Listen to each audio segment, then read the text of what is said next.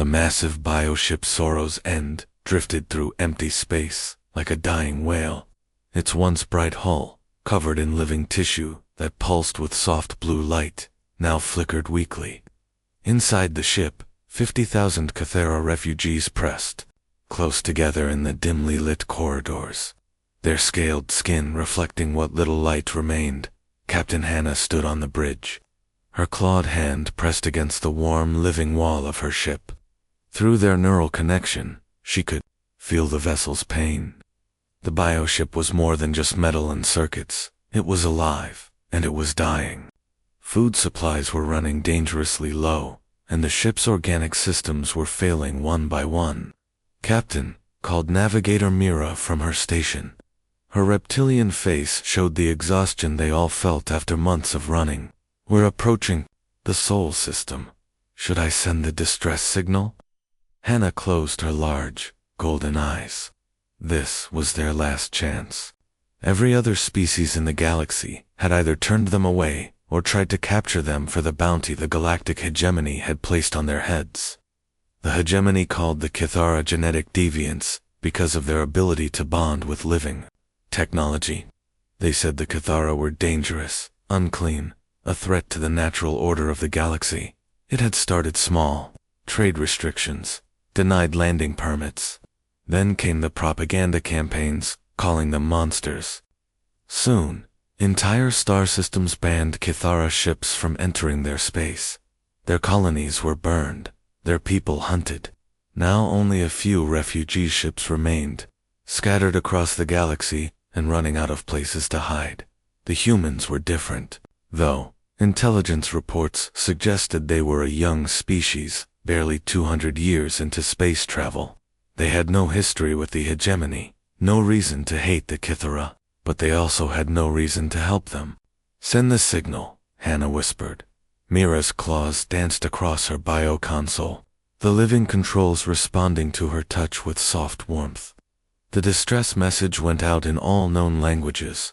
Refugee vessel Sorrow's End, requesting humanitarian assistance. 50,000 civilian refugees aboard.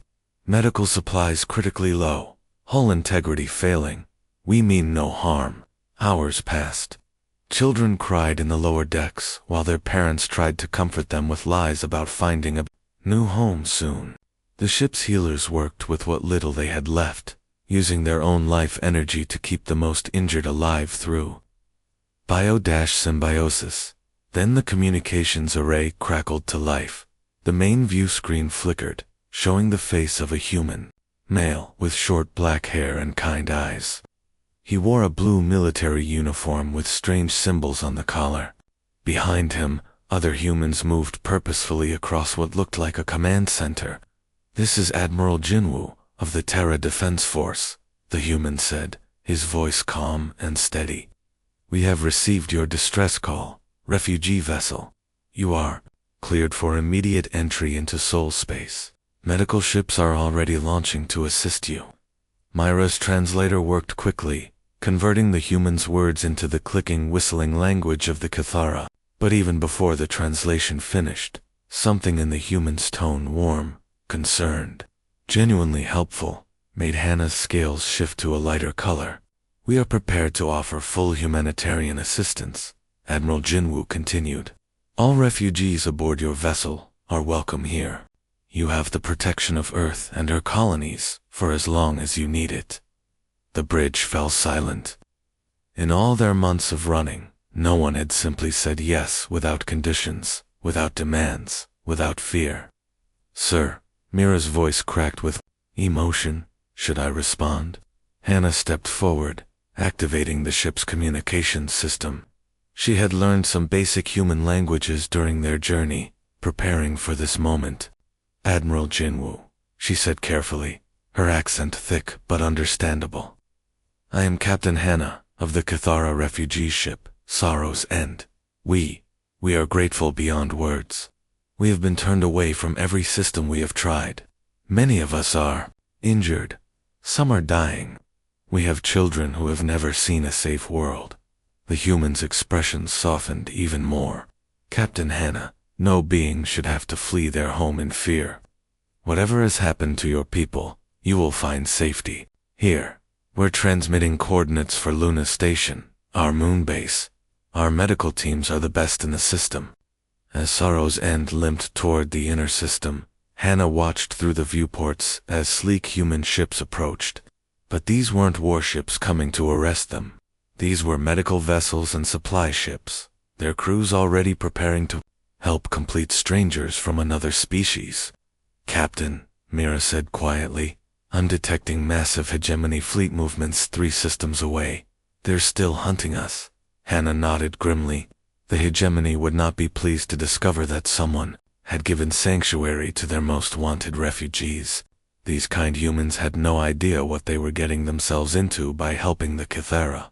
But for now, for the first time in months, the children aboard Sorrow's End had stopped crying. Hope, it seemed, was a powerful medicine, as the hull began to glow brighter, responding to the crew's improved mood. Captain Hannah made a silent promise.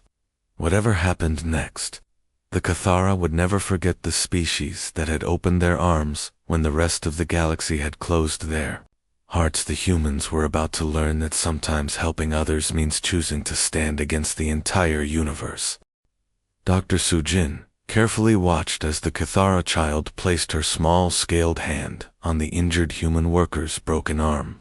The child's palm glowed with a soft green light, and within seconds, the bone knitted itself back together. The human worker flexed his fingers in amazement, completely healed. "Incredible," Sujin whispered, making notes on her tablet. "The symbiotic organisms in your bloodstream can actually repair tissue at the cellular level." The Cathara child, no more than 10 years old, by human standards, smiled shyly. Her scales shifted from nervous yellow to happy blue. "My mama says we're supposed to help people feel better," she said in broken English she had learned during the past 3 weeks. This was happening all over Luna Station. The Cathara refugees had been living alongside humans for almost a month now, and both species were learning from each other in ways no one had expected.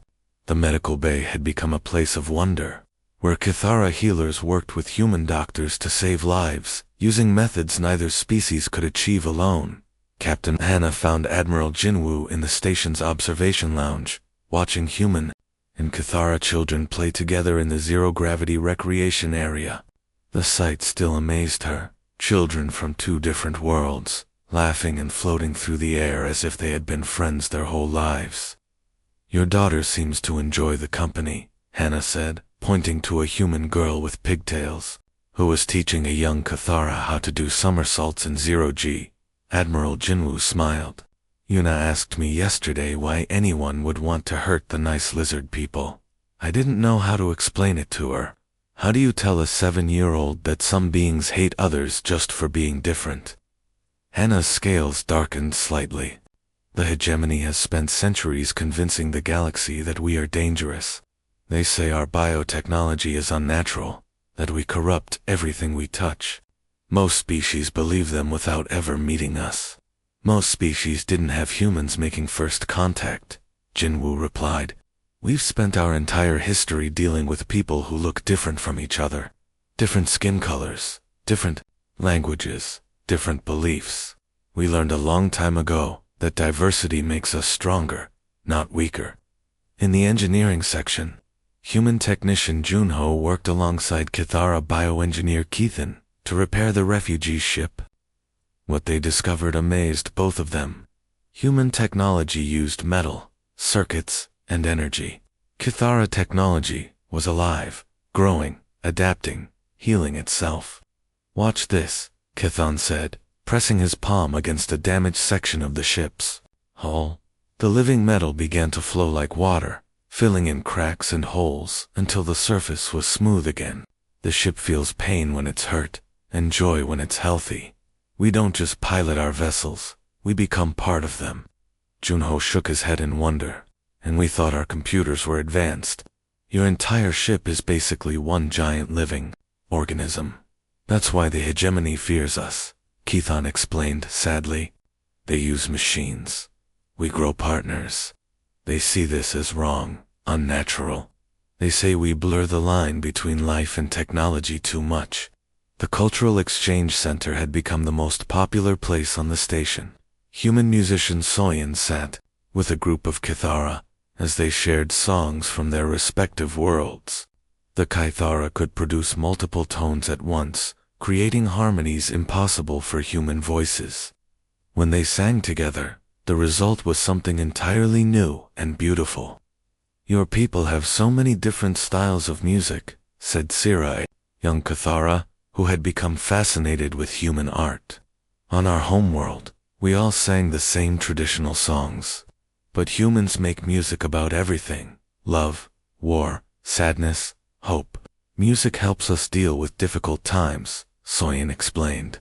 "When we're scared or sad, we make songs about it. It makes us feel less alone." Sira's scales shifted to a thoughtful purple. "We could use songs like that. We've been sad for so long, but their peaceful time was about to end." Lieutenant Seojin burst into Admiral Jinwoo's ready room, where the Admiral was meeting with Captain Hannah and Dr. Sujin. "Sir, we have a problem. Long-range sensors are detecting a massive fleet approaching the system. 300 ships, all hegemony signatures. They'll be here in 18 hours. The room fell silent. Captain Hannah's scales went completely black, the Kithara color for fear and despair. "They found us," she whispered. "The hegemony has found us." Admiral Jinwoo stood up slowly, his face calm but determined. "Then we need to prepare. Alert, all. Earth Defense Forces. Begin evacuation protocols for non-essential personnel." "Admiral," Hannah said urgently, "you don't understand. This isn't just a small patrol. 300 ships means they're sending an executor, one of their most powerful leaders. They're not coming to negotiate. They're coming to take us by force." Dr. Sujin looked between them. "What will they do to the Kithara?" Hannah's voice was barely a whisper. "The lucky ones will die quickly."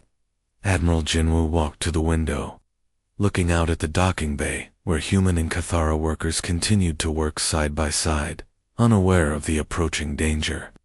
Children still played in the recreation areas. Families still shared meals together.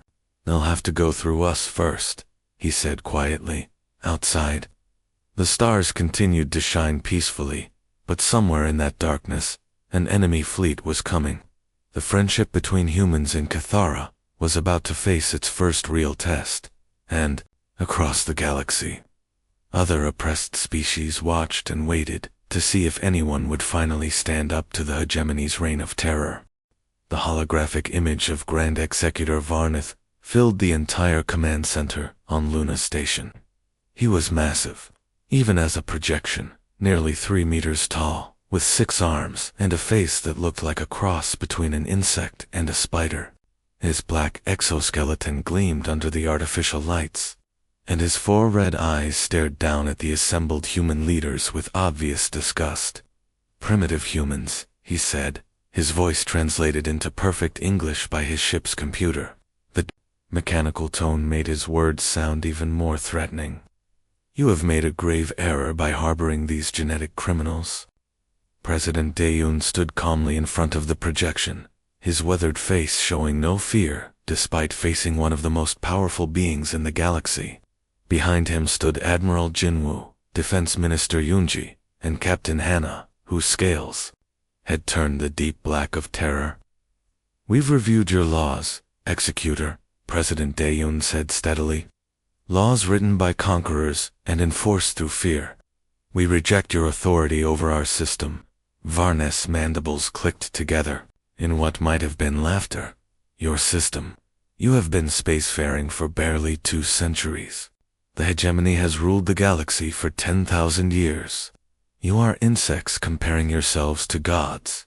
And yet these insects managed to give sanctuary to 50,000 beings you couldn't catch." Admiral Jinwoo said quietly, "What does that say about your gods?" The executor's eyes narrowed dangerously. "The Kithara are genetic deviants who corrupt the natural order. Their biotechnology is an abomination that threatens the purity of all civilized species. They must be eliminated, for the safety of the galaxy." Captain Hannah stepped forward, her voice shaking but determined. "We have never harmed anyone. Our technology heals the sick and repairs what is broken. How is that corrupt?" "You blur the line between life and machine," Varnath snarled. "You create living ships, living weapons, living cities. This is against the natural order. Machines should serve, not live. Life should remain pure, not mixed with artificial constructs."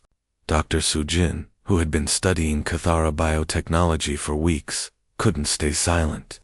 "Your definition of natural seems very convenient. You use technology to enhance your own bodies, don't you, Executor? Those mechanical implants in your arms, the artificial lenses over your eyes, how is that different?" "Silence," Varnath roared. "I did not come here to debate philosophy with primitives. You will surrender the genetic deviance immediately, or face the consequences." Defense Minister Yunji stepped beside the president.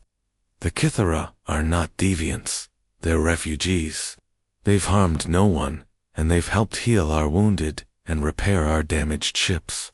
We will not hand innocent people over to be slaughtered." "Then you choose to protect criminals against galactic law," the executor said coldly. "The hegemony offers you one final chance. Join us willingly. We will grant your species membership in our civilization, advanced technology beyond your current understanding, and planets of your own to colonize. All we ask in return is these few thousand genetic mistakes." The room fell completely silent. It was an incredible offer, everything humanity had dreamed of since reaching the stars. Advanced technology that could solve poverty, disease, and resource scarcity. Membership in a galactic civilization that spanned thousands of worlds. A future beyond Earth's wildest imagination. President Dayon looked at Captain Hannah, whose scales were shifting between black fear and blue hope. He saw the tears in her large golden eyes as she realized the humans were being offered everything they could want in exchange for her people's lives. "We understand the offer," President Dayon said slowly. "Advanced technology, galactic citizenship, unlimited resources. It's everything we've dreamed of." Varnath's mandibles spread in what might have been a smile. "Wise. You see the benefits of cooperation with superior beings. But here's the problem with your offer," the president continued. "We've learned something in our short time in space. We've learned that a species is judged not by how it treats its equals, but by how it treats those who are different, weaker, or in need of help." Admiral Jinwoo nodded. "The Cathara came to us as refugees. They were hurt, scared, and alone. We could have turned them away, but instead we helped them. In return, they've shared their knowledge, healed our sick, and become our friends." "Friends," President Dayon repeated. "Do you know what that word means, Executor? It means someone you stand beside even when it's dangerous. Someone you protect, even when it costs you everything." Captain Hannah's scales suddenly shifted to the brightest blue any human had ever seen. The Cathara color for overwhelming gratitude and loyalty. Varnath's 4 eyes blazed with fury. "You would risk the extinction of your entire species for these ... creatures." "They're not creatures," Defense Minister Yoongi said firmly. "They're people, and yes, we would risk everything to protect our friends." The executor's image seemed to grow even larger, his voice dropping to a threatening whisper. "Then you have chosen poorly, humans. You have 72 hours to reconsider this foolish decision. After that, my fleet will begin pacification protocols. Your primitive ships cannot stand against hegemony power." "Maybe not," Admiral Jinwoo admitted, "but we'll try anyway." As the projection vanished, Captain Hannah approached the human leaders, her voice thick with emotion. "You could have everything. Why would you choose us over paradise?" President Dayon smiled sadly. "Because paradise built on the bones of innocence isn't paradise at all. It's just another kind of hell. Outside, 300 hegemony warships waited in the darkness, preparing for a battle that would determine the fate of both species. The alarm bells rang throughout Luna Station as 300 hegemony warships dropped out of hyperspace at the edge of the Sol system. Their massive hulls gleamed like metal predators in the starlight, each one larger than Earth's biggest space station. Against them, humanity could field only 40 ships, a tiny fleet that looked like toys facing giants. Captain Minho strapped himself into the pilot seat of the experimental fighter Unity, his hands shaking slightly as he prepared for launch. Beside his chair, a small Cathera named Kethan waited nervously. The little alien was no bigger than a house cat, but he was about to become the most important crew member aboard. "Are you ready for this?" Minho asked quietly. Kethan's scales shifted from nervous yellow to determined orange. "My people have dreamed of fighting back for centuries. Today, we fight together." The small symbiont climbed onto Minho's shoulder and gently pressed his palm against the human's neck. Instantly, Minho felt a warm tingling sensation as tiny biofibers connected with his nervous system. His vision sharpened, his reflexes quickened, and suddenly he could sense things beyond normal human perception. "Incredible," he whispered. "I can feel the ship's hull, the engine vibrations, even the electromagnetic fields from the enemy fleet." "We are one now," Kethan said softly. "Your courage and my senses, working together." Admiral Jinwoo stood on the bridge of the flagship Defiance, watching as the hybrid human Cathera ships launched from Luna Station. The ship's armor was already beginning to adapt, living metal flowing and reshaping itself to better deflect incoming energy blasts. "All ships, this is Admiral Jinwoo," he announced over the communication system. "We're not trying to win this battle. We just need to hold them off long enough." "Long enough for what, sir?" asked Lieutenant Jiyoung from her station. The Admiral smiled grimly. "You'll see." The first wave of hegemony fighters swept toward the human fleet like a swarm of angry wasps.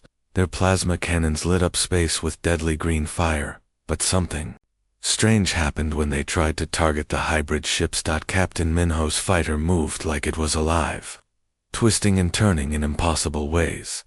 The ship's biohull absorbed impact from enemy fire and immediately began repairing itself. When he fired back, his shots seemed to anticipate where the enemy would be, striking with perfect accuracy. "How are they doing that?" demanded Executor Varnath from his command ship. "Our sensors show their technology is primitive, sir," his tactical officer reported nervously. "Their ships appear to be learning. Each time we hit them, they adapt their defenses, and their pilots are reacting faster than should be possible for their species." On the human side, Dr. Su monitored the biointegration from Luna Station's medical bay. "The symbiosis is working perfectly," she reported to Admiral Jinwoo. "The Cathara symbionts are enhancing human reflexes and intuition, while human tactical thinking is improving. Cathara biotechnology adaptation." But even with their new abilities, 40 ships against 300 was hopeless odds. Human fighters began taking heavy damage, their biohulls unable to repair fast enough. The massive hegemony battleships moved closer, preparing to destroy Luna Station itself. That's when Lieutenant Jiyoung's sensor board erupted in alarms. "Admiral?" she shouted excitedly. "Multiple hyperspace signatures. Ships are dropping out of FTL all around the system." The view screen filled with incoming vessels, but these weren't more hegemony reinforcements. Sleek, crystal-like ships materialized near Jupiter, the Zephyrian rebels, who had been fighting hegemony oppression for decades. Near Mars, organic vessels that looked like giant sea creatures appeared, the deep-born resistance finally striking back against their persecutors. Most amazing of all, pure energy beings began manifesting throughout the system, the ethereal collective, who had been thought extinct after the hegemony's purge campaigns. "This is Commander Velter, of the Zephyrian Liberation Fleet," came a transmission on all frequencies. "We have been watching the humans' brave stand. Today, we fight together against tyranny. Deep-born warpods responding to humanity's call. For justice, announced another voice. The ocean children swim to battle alongside our new allies. The ethereal collective remembers friendship, whispered a third voice that seemed to come from everywhere at once. We join the small ones who showed courage when giants showed only fear. Executor Varna's confident expression turned to shock and rage. Impossible. How did these inferior species coordinate such an attack? The answer came from across the galaxy. On dozens of hegemony worlds, oppressed species had been watching humanity's stand through smuggled communications. Inspired by the humans' refusal to abandon their friends, they had finally found the courage to fight back. Slave revolts erupted on mining worlds. Supply convoys were attacked by pirates who had once cowered in fear.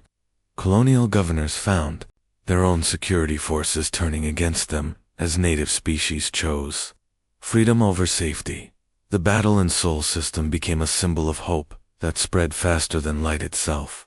Captain Minho, still linked with his Cathara partner, led a combined squadron of human, Zephyrian, and Deepborn fighters against the confused hegemony forces.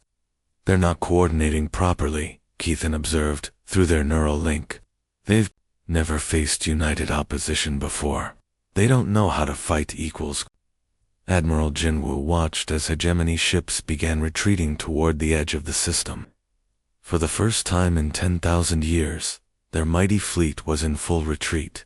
All ships, do not pursue, he ordered. Let them go, but make sure they remember what they saw here today. The message was clear. The age of unopposed hegemony rule was ending, one act of courage at a time. 1 year after the Great Battle, Admiral Jinwoo and Captain Hannah stood together on the observation deck of Haven Station, watching ships from dozens of different species dock at the massive space habitat. The station itself was a wonder of cooperative engineering, human metal frameworks supporting Cathara living walls, powered by ethereal energy cores and protected by Zephyrian crystal shields. Another convoy arrived this morning, Captain Hannah reported, her scales now a permanent shade of content blue.